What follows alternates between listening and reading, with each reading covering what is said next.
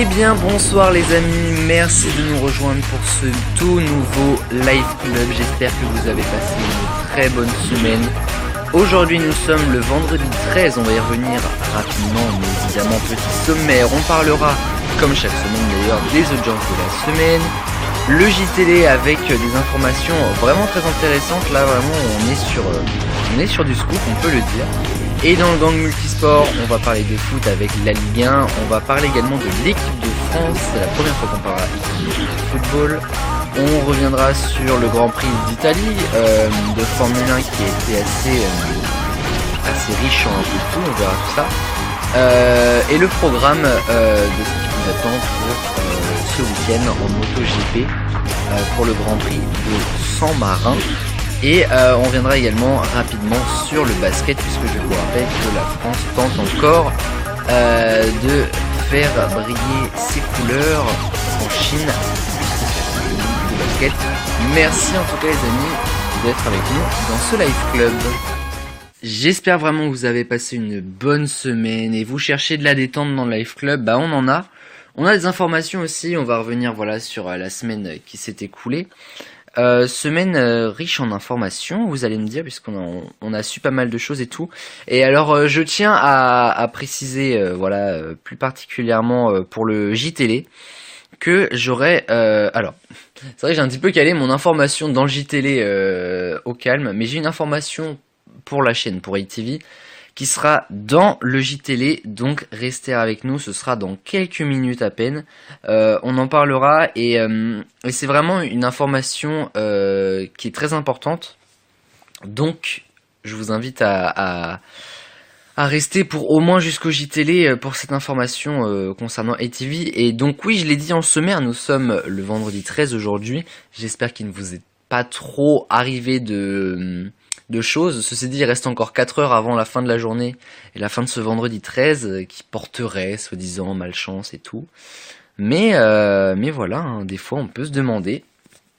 Mais bon, on va pas partir dans les superstitions tout de suite. On va plutôt partir dans les audiences d'ailleurs, si vous le voulez bien, puisque j'ai donc les audiences de la semaine de mercredi 4 à ce mardi. Et on commence avec Alex Hugo qui, pour la deuxième semaine consécutive sur France 2, arrive en tête des audiences avec 4 864 000 téléspectateurs, soit 23,7% de part de marché. C'était sur la 2, je l'ai déjà dit. Jeudi, c'était la suite de votre série Le Temps est assassin. C'était donc les épisodes 3 et 4 avec Mathilde Seigné et Jennifer, entre autres acteurs et actrices, qui a réuni 5 192 000 téléspectateurs, soit 24,5% de part de marché pour TF1. Cette série marche très bien. Bon, moi, plus je regarde, plus je m'y perds. Du coup, je commence un peu à décrocher, j'avoue. Mais en tout cas, vraiment un thriller passionnant. Et voilà, j'aimerais tellement comprendre ce qui s'y passe. Si quelqu'un comprend ce qui se passe dans Le Temps est assassin, franchement, n'hésitez pas en commentaire parce que ça m'intéresse beaucoup. Vendredi dernier, c'était les petits meurtres d'Agatha Christie sur France 2, qui ont réuni 4 533 000 téléspectateurs, soit 23,1% de part de marché. Samedi, c'était France-Albanie sur M6. Alors d'ailleurs, justement, on y reviendra dans le gang multisport de ce France-Albanie, qui a réuni 4 870 000 téléspectateurs, soit 24,8% de part de marché. Dimanche, c'était Red Dingue sur TF1, un film inédit dans le ciné dimanche qui a réuni la meilleure audience de la semaine en prime, 6 389 000 téléspectateurs, soit 30,9% de part de marché. C'est donc aussi la meilleure audience en termes de part de marché. Film de Danny Boone et très bon film, très drôle, c'est ce que je voulais dire. Donc très très drôle, moi je l'ai déjà vu depuis un petit moment déjà, mais ça m'a pas empêché de pouvoir le revoir, puisque ce film est vraiment juste trop marrant, vraiment, avec Danny Boone aux commandes. Vraiment un truc assez sympa et d'actualité aussi, puisque voilà, il y a quand même un petit rapport voilà au plan Vigipirate en ce moment, tout ça. Donc franchement ce film tombe à point nommé, j'ai presque envie de dire. Lundi, c'était un téléfilm inédit que proposait TF1 et pourtant ça a réuni l'audience la moins bonne. Alors ça s'appelait Jamais sans toi Luna et ça a donc réuni 3 766 000 téléspectateurs, soit 17,5% de part de marché pour TF1. c'est rare, je trouve, hein, d'ailleurs, pour ce genre de téléfilm. D'ailleurs, il y a eu des téléfilms, voilà, tels que ceux-là pour TF1 avec des histoires vraies mais transposées sur de la fiction, qui ont réuni, hein, ça arrivait enfin une meilleure audience que ça, je pense au jour où j'ai brûlé mon cœur, donc l'histoire de Jonathan. Jacqueline Sauvage, c'était lui au moins avec Muriel Robin. Bon là c'était un petit peu des blockbusters aussi, mais je pensais quand même que ça aurait réuni un peu plus de téléspectateurs. Et enfin mardi c'était France-Andorre, et qui a réuni une meilleure part de marché que pour M6 puisque c'était sur TF1 et ça réunit 5 225 000 téléspectateurs, soit 23,7% de part de marché. Voilà pour les audiences de la semaine. Écoutez les amis, on va passer tout de suite au JTL avec 3 informations franchement intéressantes. Je pense qu'il y a au moins une des 3 informations qui va vous intéresser, ça c'est quasi sûr, et la fameuse information concernant ATV également.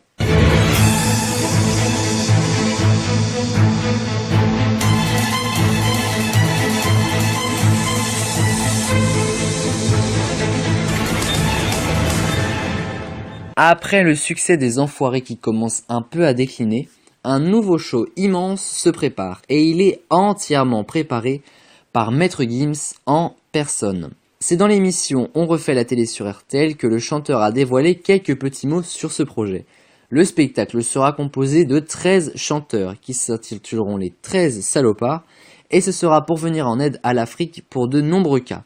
Il révèle vouloir sortir un album par an et faire un spectacle annuel également, tout comme les Enfoirés d'ailleurs. Ce concert caritatif sera diffusé sur TF1 qui est également un des acteurs de ce projet. Ce sera l'année prochaine et quelques noms ont déjà été dévoilés concernant les 13 salopards tels que Jennifer, M. Pokora, Vita, Slimane ou encore Dadju qui est le frère de Maître Gims. On suivra ce projet de très près dans le JTL et je vous relèguerai les informations sur ce show inédit dès qu'on en saura un peu plus.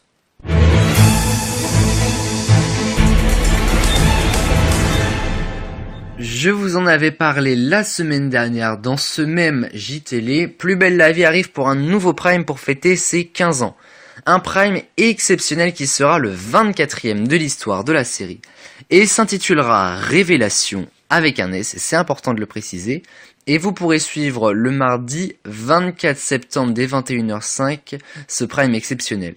Alors qu'une rencontre de handball se prépare au lycée Scotto, profs, élèves et parents sont tous installés lorsqu'un bâtiment s'effondre sur la foule. Alors que tout le monde entame une longue survie sous les décombres, 2 habitants miraculeusement épargnés décident de retourner sous les murs pour aller sauver les survivants. Un Prime très riche en émotions qui fera se dérouler le film de toute une vie. Et juste après ce Prime extraordinaire, Wendy Bouchard ira à la rencontre d'anonymes qui ont vécu des histoires semblables aux personnages de la série dans Les Secrets de Plus belle la vie, un documentaire qui marche très bien par ailleurs, et ce sera en compagnie des acteurs phares de la série.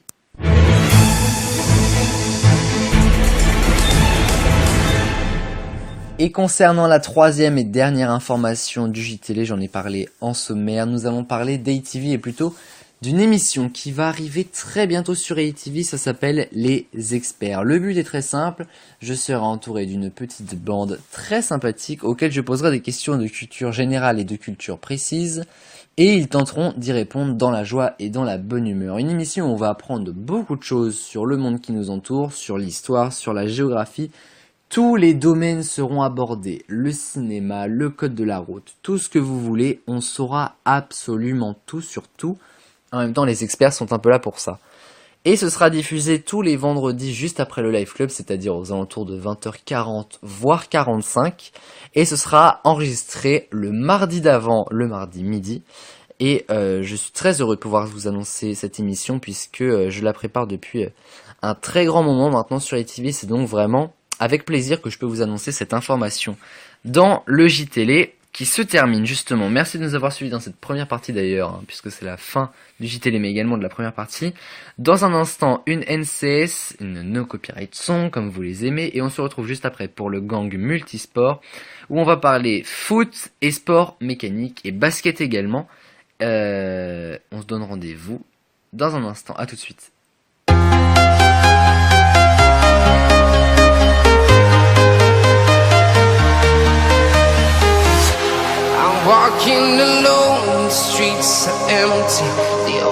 and I can see my own silhouette.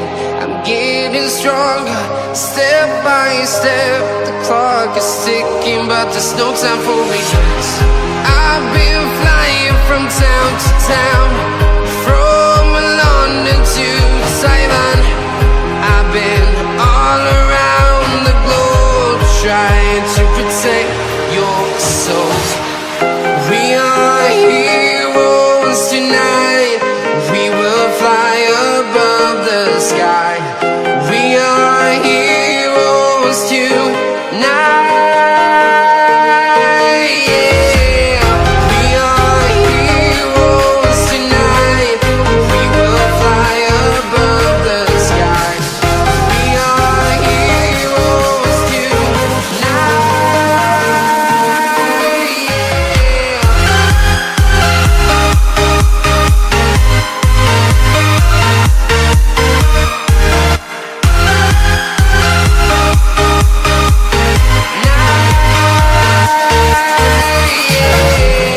Feel like a dynamite, ready to explode right up in the sky. I need you to listen, I need you to hear, and don't show any fear.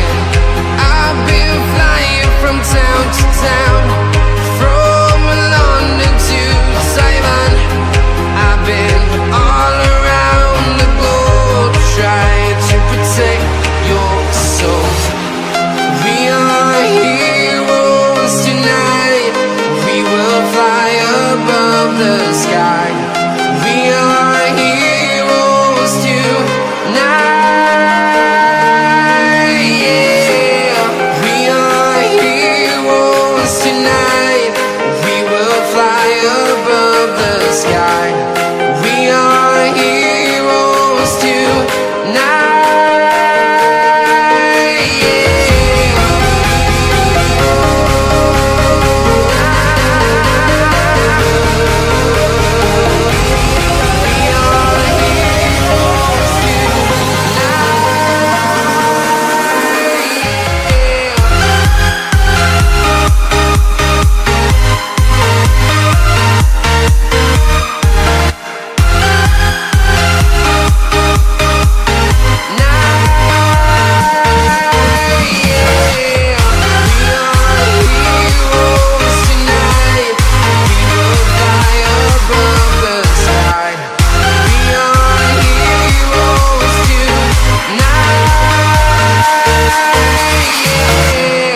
I've been flying from town to town, from London to Taiwan.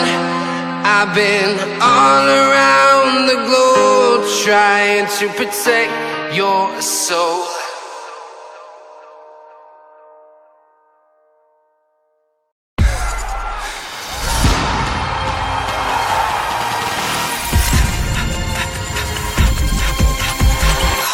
Bonsoir ou rebonsoir évidemment à ceux qui étaient avec nous juste avant dans la première partie du Live Club. Nous sommes désormais dans la deuxième qui s'appelle le Gang Multisport.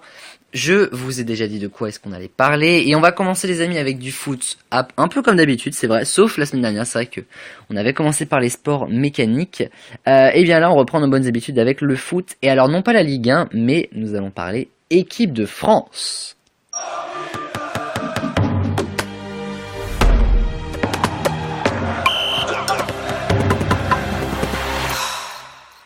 Et si je vous parle de l'équipe de France aujourd'hui dans le Live Club, c'est vrai que c'est la première fois qu'on en parle, mais c'est parce qu'il y a eu la 5e et 6e journée de match de qualification éliminatoire de l'Euro 2020.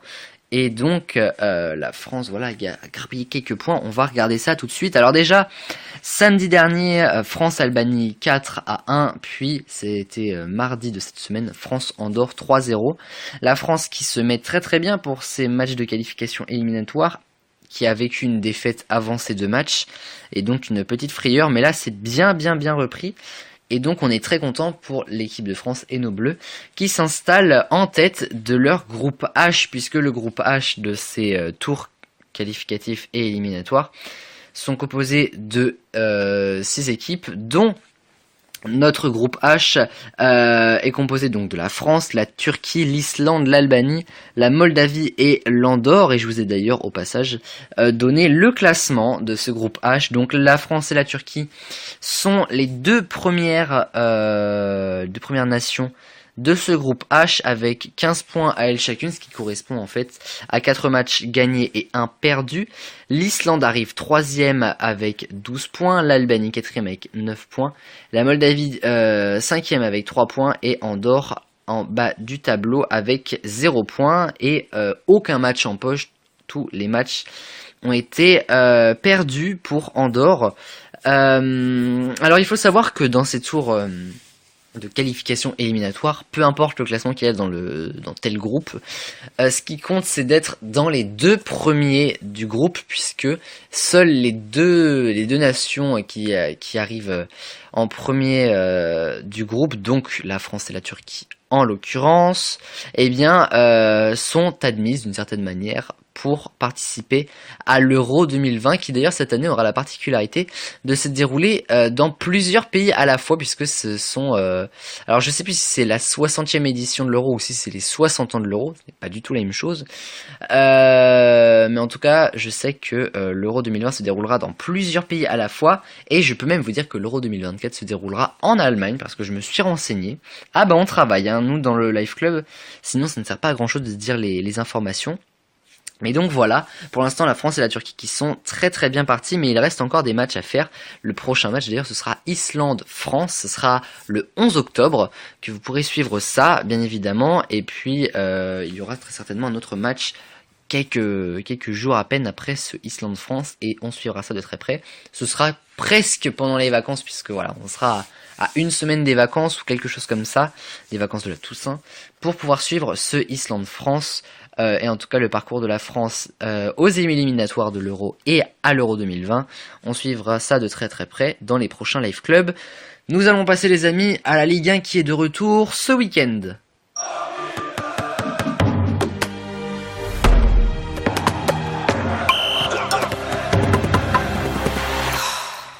Ah, je dois bien vous avouer que la Ligue 1 m'avait beaucoup manqué et elle est de retour ce week-end, en espérant qu'elle sera chanceuse pour les deux équipes qui sont en match aujourd'hui. Alors il y en a une, alors évidemment vous savez que cette émission est enregistrée, donc je ne peux pas vous dire qu'est-ce qui se passe actuellement pour le LOSC face à Angers, mais si vous voulez le savoir, je vous invite toujours à aller sur beIN Sport 1, puisque le match a commencé à 19h, donc on devrait être dans la seconde période très logiquement de ce match LOSC-Angers sur beIN Sport. Donc si vous voulez aller le voir, c'est maintenant. Et sinon ce soir, une affiche sur Canal Plus Sport, ce sera Amiens face à l'Olympique Lyonnais pour cette 5e journée de Ligue 1, évidemment. Demain, samedi 14 septembre, j'allais dire décembre en plus, quand même pas. Sur Canal Plus et beIN Sport 1, vous pourrez suivre le retour de Paris, toujours sans Mbappé blessé, toujours sans Cavani blessé aussi, qui affrontera Strasbourg à domicile donc. À suivre à partir de 17h30. À 20h, ce sera vos multiplex de matchs. Alors, il y a, et c'est à suivre sur beIN Sport, sur certaines chaînes beIN Sport, et les beIN Sport Max également. Bordeaux qui sera face à Metz. Un derby, le Stade Brestois face au Stade Rennais. Ça va être très intéressant de regarder ça. Dijon face à Nîmes et Montpellier face à Nice. Ces 4 matchs-là donc à 20h demain soir sur les chaînes beIN Sport. Dimanche, Nantes affrontera Reims. Ce sera sur beIN Sport également. Sur cette même chaîne, ou en tout cas sur les mêmes antennes, Saint-Etienne affrontera Toulouse et Monaco affrontera Marseille à 21h sur Canal+. Monaco qui accueillera donc Marseille pour, on l'espère, pourquoi pas une victoire pour Monaco. Ça renverserait beaucoup de choses déjà, parce que Monaco est vraiment très dans le mal, hein. Alors ils sont 19e ou 18e, je ne sais plus trop, mais en tout cas ils sont vraiment très dans le mal. Et Marseille commence un petit peu à sortir la tête de l'eau, même si c'est pas vraiment simple, et c'est pas vraiment ça, mais en tout cas Marseille commence à y arriver un peu. Face à Monaco, ça devrait pas être trop dur, mais méfiance quand même, puisque face à Reims, Marseille avait quand même perdu en première journée de Ligue 1, je le redis souvent, mais voilà, moi perso ça m'avait un peu interpellé, donc À voir, un match auquel on s'intéressera, et on s'intéressera aussi pas mal au Stade Brestois face au Stade Rennais, demain à 20 h, puisque voilà, c'est quand même le derby breton. Donc là, évidemment, toute la Bretagne suivra ça de très très près, même si je reste quand même du côté de Rennes. Si je devais faire un pronostic d'ailleurs, je dirais pourquoi pas un 2-0. C'est pas que je mettrais pas de but côté Brest, mais c'est vrai que Rennes est très très bon cette année. Brest n'a pas encore montré tout à mon avis, donc je pense à un 2-0, pourquoi pas pour Rennes, si ce n'est plus. Mais ça, on verra ça demain et on en reparlera très probablement dans le prochain Live Club et dans le prochain Gang Multisport. Évidemment, on en a fini les amis avec le foot, hein. Parce que du coup c'est vrai que la Ligue 1 est allée un petit peu rapide parce que du fait qu'il y a eu des tours de qualification à l'Euro, c'est pour ça qu'il n'y a plus de Ligue 1. Ça fait un argument, vous me direz, hein. Mais c'est donc pour ça que qu'il n'y a pas eu de Ligue 1. C'était pour laisser les joueurs retourner dans leurs équipes nationales défendre leur nation. Mais là, on repart pour de la Ligue 1, du moins pour ce week-end, puisque là, nous allons partir pour des sports mécaniques. On a beaucoup de choses à dire, et sachez également qu'à partir d'aujourd'hui, on va... alors déjà, on s'intéressait pas mal aux sports mécaniques, mais on va s'y intéresser encore plus, avec encore plus d'analyse, encore plus de débriefs. Bref, encore plus de sports mécaniques, et c'est ça qu'on aime sur ATV.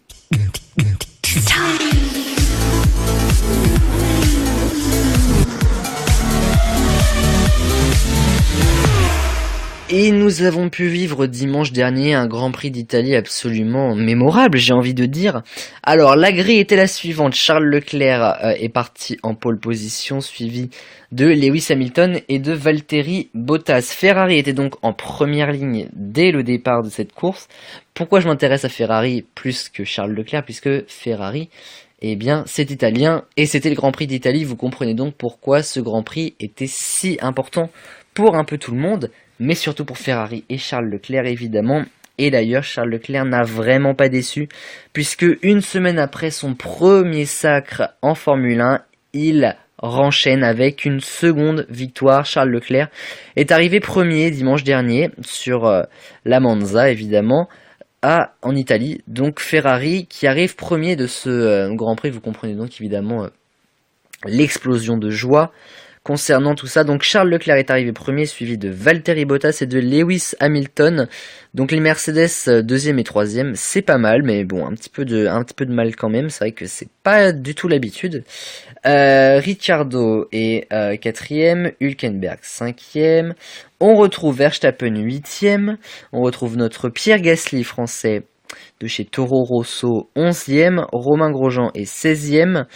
Et alors oui, je voulais m'arrêter là-dessus. Carlos Sainz Jr. qui a dû arrêter pour un écrou de roue. Alors ça, c'était assez fou quand même, hein, comme histoire.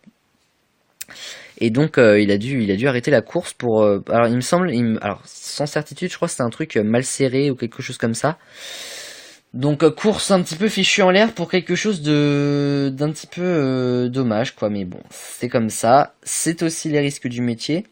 Mais en tout cas voilà, ça a quand même permis à ce Grand Prix d'Italie de encore plus savourer le sacre de Charles Leclerc, parce qu'on rappelle que voilà, il y a alors maintenant ça fait 2 semaines pour nous, hein, évidemment le décès d'Antoine Hubert en Formule 2 qui était un proche de Charles Leclerc, ce qui fait qu'on va dire voilà, c'est vrai qu'on n'avait pas trop la tête à faire la fête justement. Que là, voilà, Charles Leclerc et toutes les équipes Ferrari ont laissé exploser leur joie sur le circuit de la Monza, et c'est largement mérité. Même si quand même, je tiens à souligner que pour avoir regardé le Grand Prix dans son intégralité, Lewis Hamilton, voilà, a été... alors, je sais plus si c'est Hamilton ou quoi, mais il me semble que si, a été sanctionné, ou alors n'a pas été sanctionné pour quelque chose de grave, mais en tout cas... À mon sens, Charles Leclerc aurait dû être sanctionné pour quelque chose de, je trouve, très grave. C'est-à-dire qu'en fait, ce qu'il a fait...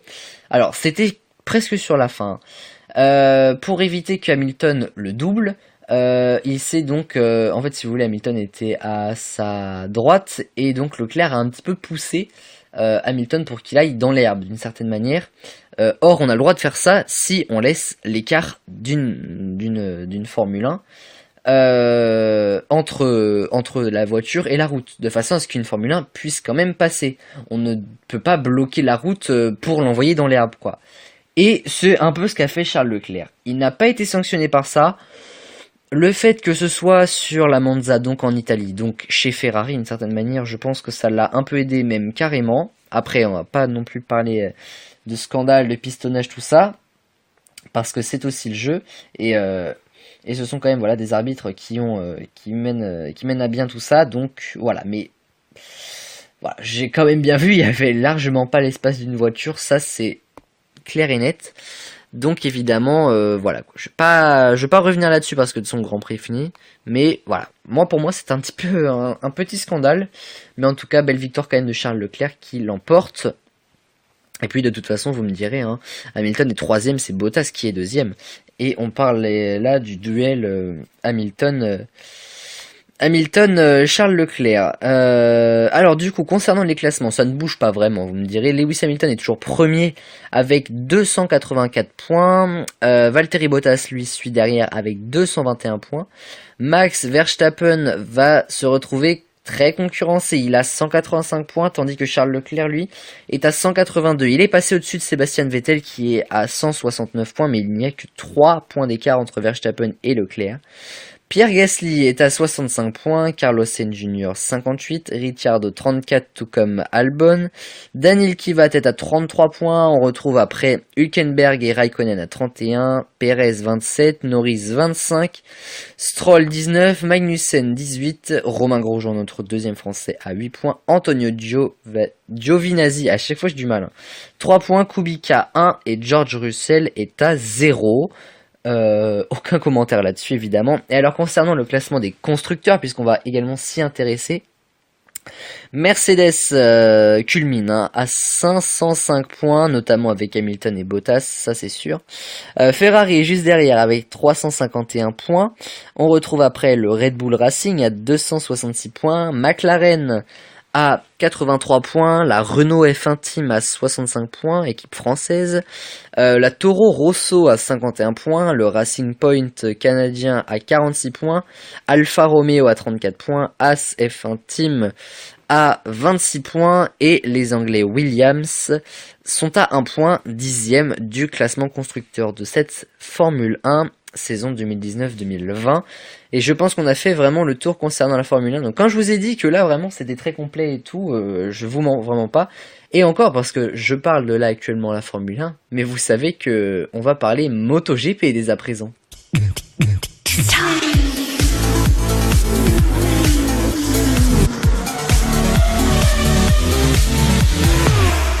Et la MotoGP a eu le droit à ses petites vacances, mais ce week-end, c'est un retour de MotoGP. Alors aujourd'hui, vous avez pu suivre les essais 1 et 2 des Moto 3, 2 et des MotoGP, mais à partir de demain et jusqu'à dimanche aussi, grand week-end de moto. On démarrera sur Canal+ Sport Week-end à 8h55 dès demain avec les essais 3 des Moto 3. Qui s'en suivra les essais libres 3 également des MotoGP et essais libres 3 toujours pour les Moto 2 à 10h45, environ 1 heure par essai. À 12h30, on continuera dans la matinée avec les qualifications des Moto 3 pour le lendemain. Les MotoGP auront le droit à une 4e session d'essai libre à 13h20 qui suivra les qualifications qui seront à 14h05 et 1 heure après, environ à peu près, à 14h55, vous pourrez suivre les qualifications de Moto 2. Petit programme sympa pour les MotoGP. Si vous voulez suivre ça demain, ce sera sur Canal+ Sport Weekend, autrement dit Canal+ décalé, mais le week-end.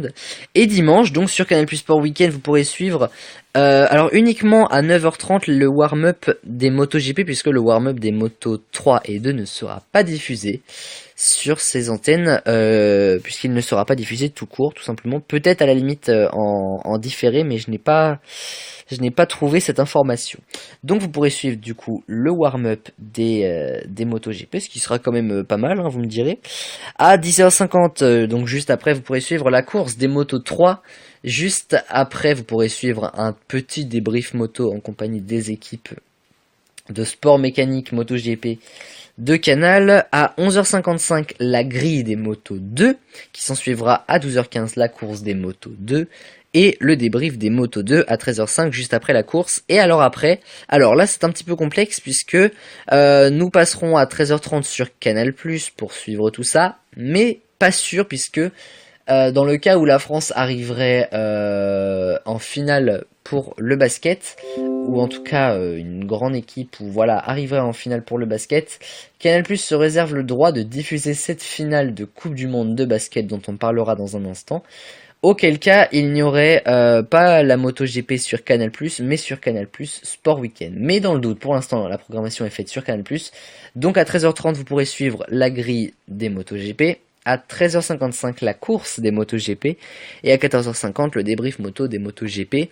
Et donc, si jamais ce n'est pas sur Canal, à partir de 13h30, ce sera sur Canal+ Sport Weekend, très probablement ce Grand Prix de San Marin. Je ne l'ai même pas dit que c'était le Grand Prix de San Marin quand même.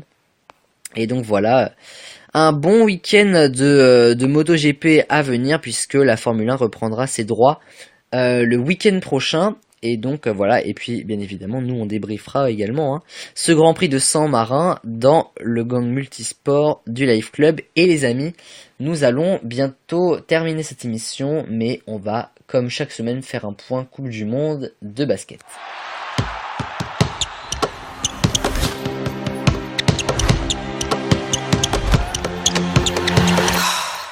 Alors, la France qui se débrouille plutôt pas mal en Coupe du Monde masculine de basket. Après un quart de finale réussi face aux États-Unis, la France a donc écarté ce pays 89-79. Ça s'est pas joué de beaucoup quand on y pense, mais quand même.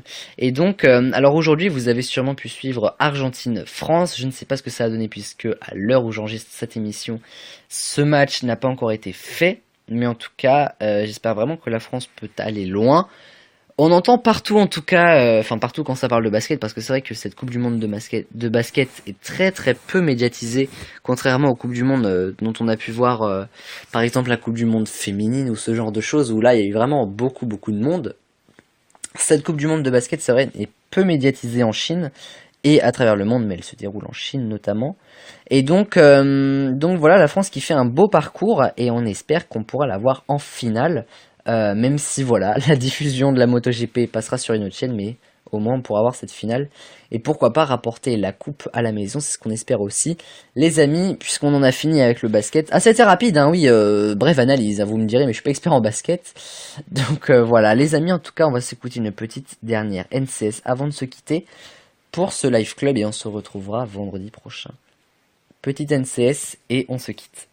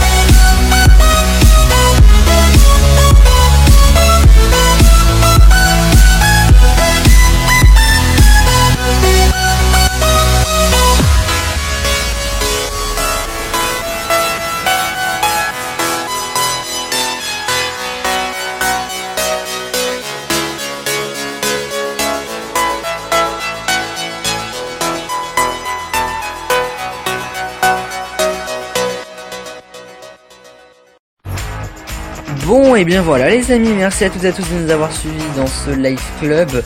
Alors pour ceux qui n'auraient pas suivi les experts, ce n'est pas pour ce soir, ce sera au maximum, enfin au minimum plutôt dans 2 vendredis au maximum, donc 3 à 4 vendredis. 4 franchement c'était un peu éclaté, 3 peut-être, je ne sais pas. En tout cas les amis, merci de nous avoir suivis dans ce live club. Rendez-vous dès vendredi prochain à 20h pour un nouveau rendez-vous. D'ici là, prenez soin de vous et passez une bonne semaine et un bon week-end avant. Et prenez soin de vous, je l'ai dit. Je ne vous ai pas dit ciao bye bye, alors je vous dis maintenant ciao bye bye.